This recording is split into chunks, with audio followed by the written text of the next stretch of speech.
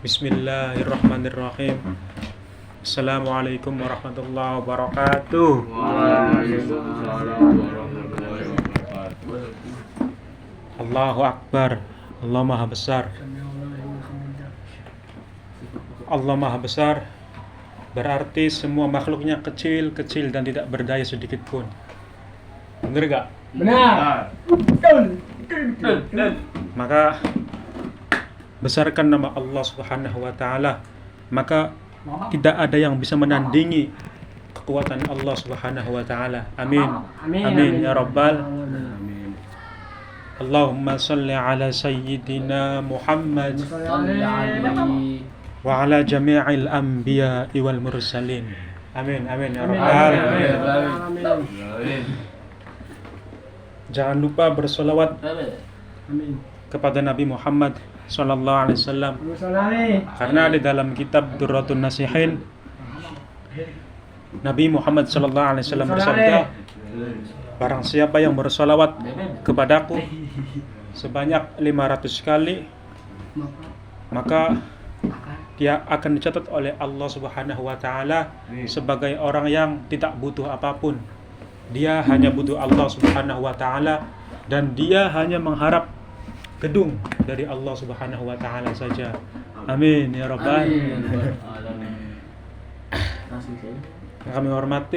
Yang saya hormati Bang Alvin, Saudara Eca, Saudara Fikri, dan Saudara Rijal.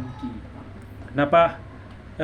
Yang saya hormati sahabat-sahabat saya.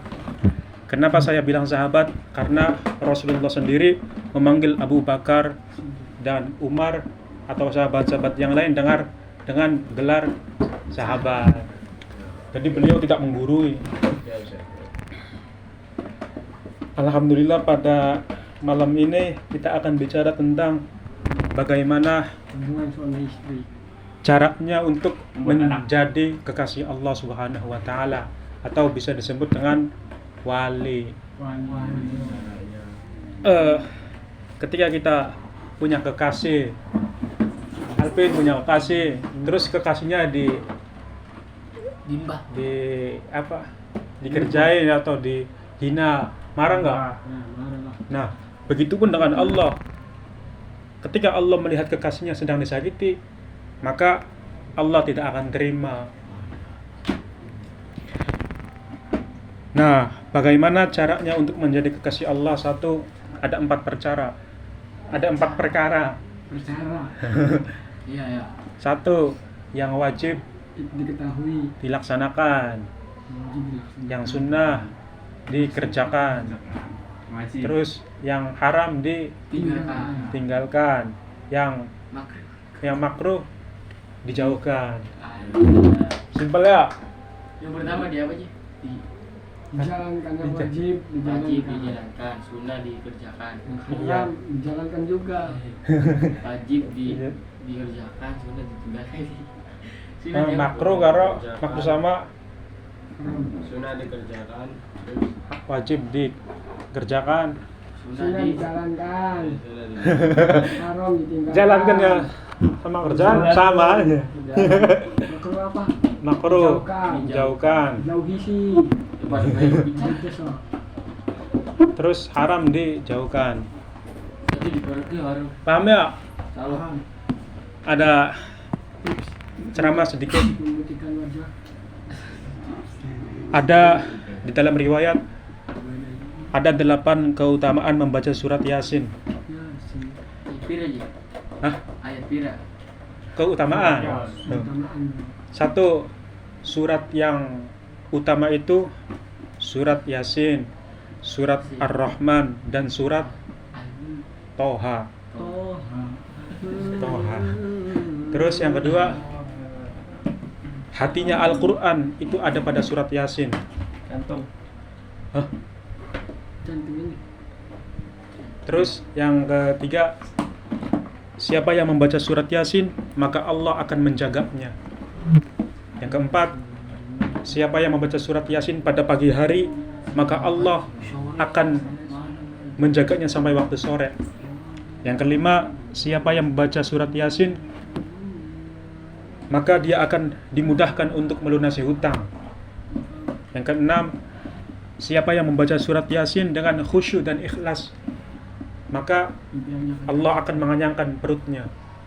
Ini solusi buat kita yang tidak punya uang atau malam-malam Empong. Baca Yasin. membaca surat Yasin. Yang penting khusyuk.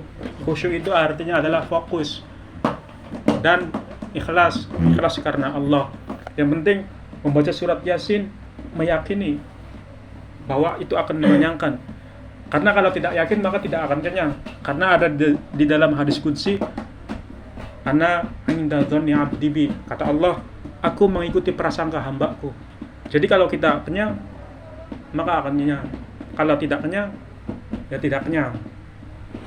Terus yang ketujuh, siapa yang membaca surat Yasin kepada orang yang sedang nazah. Nazah, tahu? Tahu. Ketika seseorang sedang mengalami sakaratul maut, Baca Yasin boleh. maka Bacalah Yasin. satu surat, satu huruf, ulang, satu huruf dari surat Yasin itu 10 malaikat. Kemudian, Itu apa kan? hah? Apa 10 malaikatan? Kenapa? Ya, ntar diterangin ya. Ulang ya. Siapa yang membaca surat Yasin kepada orang yang sedang nazah, maka satu huruf dari surat Yasin itu 10 malaikat. Kemudian para malaikat itu turun, kemudian mengelilingi orang. Pokoknya malaikatnya datang kepada orang yang sakaratul maut. Kemudian para malaikat itu berbaris, kemudian para malaikat itu memintakan ampunan dan memintakan rahmat kepada Allah Subhanahu wa taala untuk orang yang sedang nazah. Yang kedelapan, siapa yang membaca surat Yasin kepada orang yang sudah wafat, maka kalau dia sedang mendapatkan nikmat kubur, maka nikmat kuburnya akan ditambahkan. Kalau dia sedang mengalami siksa kubur, maka siksa kuburnya akan diringankan. Nah, kalau orang yang sedang mengalami nikmat kubur dibacakan surat Yasin, maka nikmatnya akan bertambah. Contoh, namanya si fulan sedang tiduran di kasur di alam kubur misalnya. Ketika dibacakan Yasin, maka ada AC atau yang lain lah. Ya, kesimpulannya adalah apa? Mari setiap hari kita membaca surat Yasin. Kemudian orang yang sedang nazah dibacakan surat Yasin. Kemudian yang kesimpulan yang ketiga, membaca surat Yasin kepada orang tua atau orang yang sudah di alam kubur. Diniatkan membaca surat Yasin. Kalau ya pokoknya itulah keutamaannya. Itu saja yang dapat saya sampaikan. Hadza min fadli Rabbi. Assalamualaikum warahmatullahi wabarakatuh. Waalaikumsalam.